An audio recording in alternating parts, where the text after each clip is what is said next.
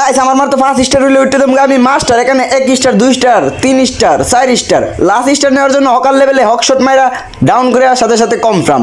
তারপর এখানে ঘোরাঘুরির পরে দেখি একটা এনিমি আমার সামনে ছিল, এটা ছিল নুবের মতো বট। তো এখানে কিন্তু হক শট না বডি শট মাইরা দিই। তো বডি শট মারার পরে হয়ে যায় আমি বট, এখানে করে দিই বডি শটের শট, মানে লাগছে আর কি। লাগ না রে ভাই, বডি শট দেখতাম হয়তো ওপি লেভেল ছিল।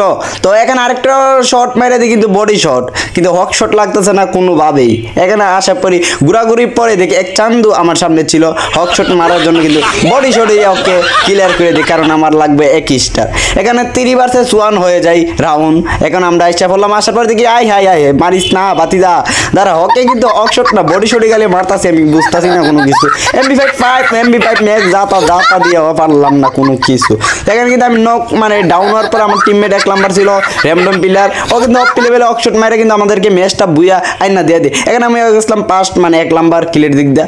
তো এখানে 1 নাম্বার পরে দেখি আমাদেরকে এখানে দিয়ে দিল 49। ও ভাই মাস্টারের যে ভিউ ভাই চাললেই পুরো ফরিও ডায়লগটা আমিও দিয়ে দিলাম, বিকেলেই ফরিও যায় নাকি।